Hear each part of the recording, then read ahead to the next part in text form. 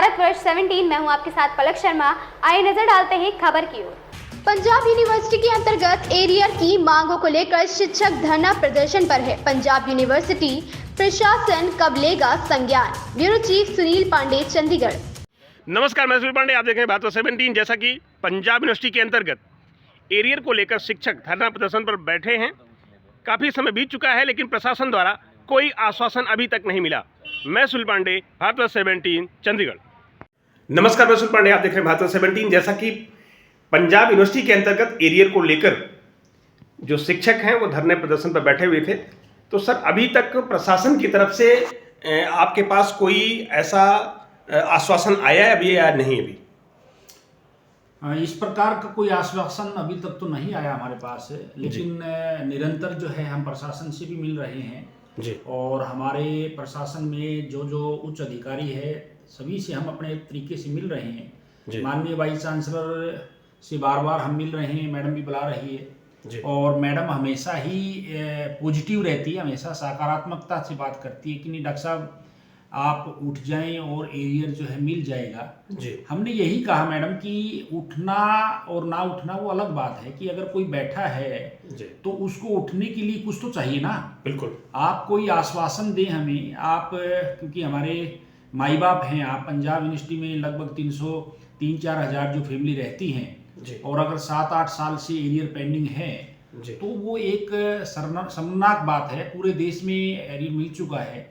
Punjab university को छोड़ के चंडीगढ़ के कॉलेजों में भी मिल चुका है। चूंकि पंजाब में नहीं मिला है, लेकिन पंजाब यूनिवर्सिटी का एरियर जो है पंजाब से नहीं आना है, सेंटर से आना है। और सेंटर के पास प्रपोजल जैसे बार बार आपसे मिलते हैं, आप कह रहे हैं कि प्रपोजल भेज चुकी हैं। हमारे एफडीओ साहब जो हैं, अय्यर जी बड़े पढ़े लिखे व्यक्ति हैं, समझदार हैं, उनको पता है कि क्या कैसे कहाँ से पैसा आना है। लेकिन मुझे लगता है कि आज तक एफडीओ साहब जो है जो वहाँ फाइल जमा करवाई है वो फाइल तो जमा ऑफिसों में फाइलें दिल्ली में रोज जो है 500 फाइलें जमा होती हैं, लेकिन 500 की 500 फाइलों के ऊपर ध्यान नहीं दिया जाता। और हम बार बार मैडम से जब मिलते हैं यही बात कह रहे हैं कि मैडम आपको दिल्ली जाकर या आपके जो प्रयास जो हैं, क्योंकि आप एकेडमिशियन के साथ साथ आप पंजाब यूनिवर्सिटी के वाइस चांसलर हैं और वाइस चांसलर पोस्ट अब कोई ऑफिस में बैठने वाला काम नहीं, आपको दिल्ली जाना पड़ेगा। और कहीं अगर हमारी हेल्प है तो हम आपके साथ खड़े हैं। डॉक्टर अशोक, एक समझ नहीं आ रहा है कि अगर मैडम एरियर देना ही चाहती हैं तो क्या प्रशासन इस पे रोक रहा है, या प्रशासन की जो कार्रवाई है वो कहीं ना कहीं अधूरी है, या दिल्ली के जो मंत्रालय हैं वो कहीं ना कहीं इस एरिया को रोक रहे हैं? क्या रीजन हो सकता है? नहीं, मुझे लगता है कि मैडम वाइस चांसलर जो है का जो सोच है उसमें प्रॉब्लम नहीं है, उसके ऊपर मैं क्वेश्चन मार्क नहीं लगाऊंगा।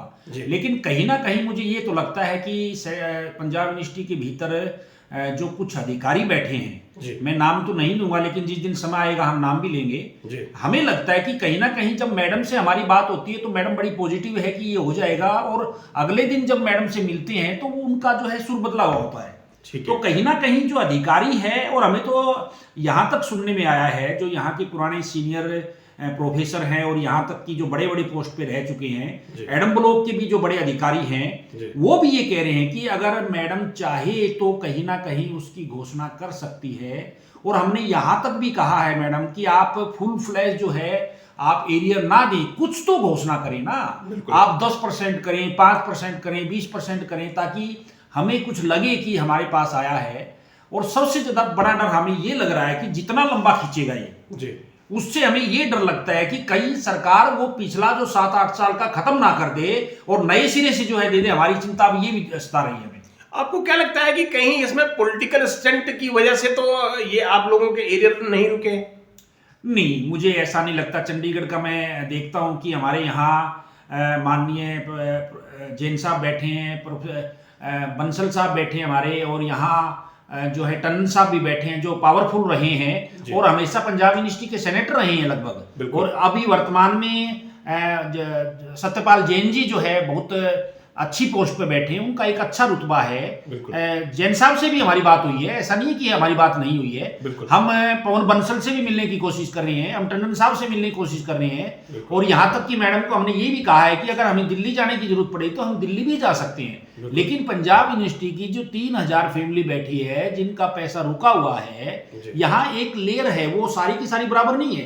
कुछ लोग हो सकते हैं सोचते हैं कि लेयर ना मिला कोई समस्या नहीं, लेकिन अधिकतर लोग ऐसे हैं जिनका एरियर की वजह से बहुत कुछ रुका हुआ है। जी। एक फैमिली के ऊपर अगर मान ली कोई हेड ऑफ द डिपार्टमेंट है, हेड ऑफ द परिवार का मेंबर है, अगर वो उसके ऊपर कई परिवारों की जिम्मेदारी पानी जी, ऐसा नहीं है कि वो अकेले अपने परिवार को देख रहा है। बिल्कुल सर। तो मुझे लगता है कि कोई पॉलिटिशियन तो ऐसा तो नहीं है, लेकिन कहीं ना कहीं मैडम वाइस चांसलर को एक ऐसा डिसीजन तो लेना ही पड़ेगा। जी। हाँ, यहाँ एक चीज मैं जरूर जोड़ना चाहूंगा, जी। पूटा के इलेक्शन हो चुके हैं हमारे, बिल्कुल सर। पूटा बन चुकी है, स्वतंत्र पूटा है आज। बिल्कुल सर। और पूटा में हमारे जो दो बड़े जो लोग माननीय सम्माननीय सेनेटर भी रहे हैं और सब कुछ रहे हैं, बिल्कुल सर। अगर वो कहीं ना कहीं आज भी पूटा गायब है जी। मैं आज अगर पूटा इलेक्ट होने के बावजूद अगर कभी भी धरने पे आज तक मैं हमारे रिस्पेक्टेड प्रधान जी जो हैं नोरा साहब जो है, मैं बड़ी रिस्पेक्ट करता हूं, साइंटिस्ट हैं वो, कभी भी क्या उनके मन में ऐसा नहीं आता कि यार हमारे कुलीग बैठे हैं, कभी उनसे जाके मिल लें। जिस दिन बारिश हो रही थी मैं देख रहा था कि वो हमारे पास से गुजर गए, लेकिन उन्होंने पूछने की जरूरत नहीं की कि भी डॉक्टर साहब प्लीज कोई बात नहीं, उठ लो आप लोग, मिल जाएगा एरियर। कहीं से भी पूटा का कोई संवेदना की जो बात है, हमारे सेक्रेटरी साहब जो है मृत्युंजय जी जो है वो भी प्रधान रह चुके हैं, बड़े संवेदनशील व्यक्ति ये लोग, और सारे के सारे चुप है। बिल्कुल। यहां मुझे ये लगता है कि, और जब वोट की राजनीति आती है, जब इलेक्शन आएंगे, तब जो है सारे के सारे इकट्ठे हो जाते हैं, वोट मांगने आ जाते हैं, और आज कोई पूछ नहीं रहा हमें। तो इसमें जो एरियर मिल रहा है कि एरियर के लिए आप लोग बैठे हैं, क्या वो जितने लोग एरियर के लिए बैठे हैं उन्हीं लोगों को एरियर बढ़ेगा या सभी टीचरों का बढ़ेगा? नहीं, यही गलत है। कुछ लोग ये सोचते हैं, जिनको जानकारी नहीं है, वो ये सोचते हैं कि 4-5 जो 7-8 लोग हैं शायद इनका रुका हुआ है, ऐसा नहीं है। और बहुत लोग आना चाह रहे हैं लेकिन नहीं आ पाते, क्योंकि देश का सिस्टम है, ढांचा ऐसा है, दूसरे के कंधे को तो प्रयोग कर सकते हैं, लेकिन अपने कंधा देने की बारी जब आती है तो पीछे हट जाते हैं लोग चाहते हैं कि हम इनके साथ खड़े हों, लेकिन मजबूरियां हैं, किसी का कोई प्रॉब्लम है, किसी कुछ प्रॉब्लम है, लेकिन अंदर की अंदर तो खुश तो सारे हैं। और एक चीज और बताना चाहूंगा आपको मैं, कि जब उन लोगों से बात करते हैं, कभी वो लोग आते हैं तो वो उनसे जब पूछते हैं कि भी यार कोई हम गलत काम तो नहीं कर रहे, लेकिन सारे के सारे आज तो कोई एक ऐसा व्यक्ति नहीं मिला हमें कोई ये कह रहा है कि डॉक्टर साहब आप लोग गलत बैठे हुए, ये कह रहे कि नहीं बैठे तो आप लोग ठीक हो, लेकिन हम जो है ना आप लोगों के साथ आ नहीं सकते, मजबूरी है, ठीक है नहीं आ सकते, लेकिन मोरल सपोर्ट है हमें, कहीं ना कहीं वो लोग हमारे से जुड़े हैं, हमें शक्ति मिल रही है, हम कोशिश करेंगे, देखते हैं कितने दिन तक चलता है।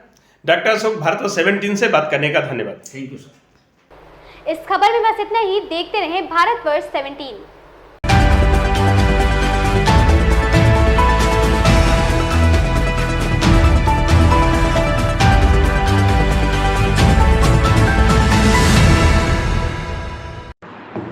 लेटेस्ट अपडेट पाने के लिए हमारे चैनल भारतवर्ष 17 को सब्सक्राइब करें, शेयर करें और बेल आइकन दबाना बिल्कुल ना भूलें।